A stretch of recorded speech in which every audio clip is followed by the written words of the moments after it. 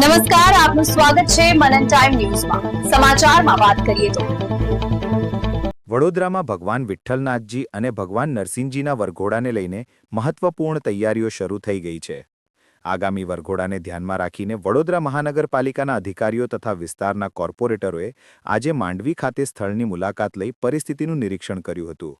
આ મુલાકાત દરમિયાન વડોદરા મહાનગરપાલિકાના આસિસ્ટન્ટ મ્યુનિસિપલ કમિશનર સુરેશ ટુવેર સહિતના અધિકારીઓ ઉપસ્થિત રહ્યા હતા. એએમસી સુરેશ ટુવેરે જણાવ્યું હતું કે દર વર્ષે ભગવાન વિઠ્ઠલનાથજી અને ભગવાન નરસિંહજીનો વરઘોડો માંડવી ગેટ વિસ્તારમાંથી પસાર થતો હોય છે. આ વર્ષે પણ આયોજકો અને ભક્તો તરફથી એ જ માર્ગ પરથી વરઘોડો કાઢવાની માંગણી કરવામાં આવી છે. તેથી આજે સ્થળ વિઝિટ કરી પરિસ્થિતિનું નિરીક્ષણ કરવામાં આવ્યું છે. તેમણે વધુમાં જણાવ્યું કે ભક્તોની લાગણીઓને ધ્યાનમાં રાખીને મ્યુનિસિપલ કમિશનર અને અન્ય અધિકારીઓ સાથે ચર્ચા કરી અંતિમ નિર્ણય લેવામાં આવશે. જો જરૂરી બને તો કોઈ વૈકલ્પિક માર્ગ એટલે કે ઓલ્ટરનેટ રૂટ પણ વિચારવામાં આવશે. આ રીતે માંડવી વિસ્તારમાં આજે થયેલી મુલાકાત બાદ હવે આગામી દિવસોમાં વરઘોડા માટેનો અંતિમ માર્ગ અને આયોજન અંગે મહત્વપૂર્ણ નિર્ણય લેવાશે.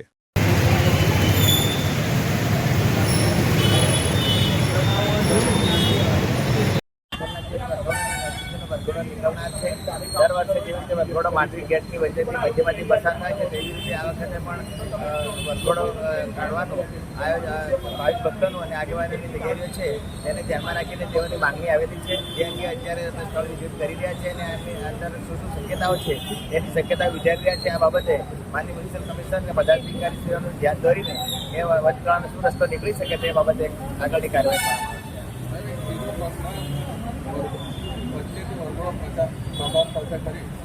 આ વરઘોડો કાઢવા માટે જે ભાવિક ભક્તોની જે લાગણીને રજૂઆત છે તેને ધ્યાનમાં રાખીને સ્થળ વિઝિટમાં શું શું શક્યતાઓ છે એમાંથી શું ઓલ્ટરનેટ રસ્તો નીકળી શકે તે બાબતે વિચારણા કરી રહ્યા છે. આ બાબતે માનનીય મ્યુનિસિપલ કમિશનર અને પદાધિકારીશ્રીઓનું ધ્યાન દોરીને એ આપના લેવલે આ માગે આખરી નિર્ણય લેવામાં આવશે.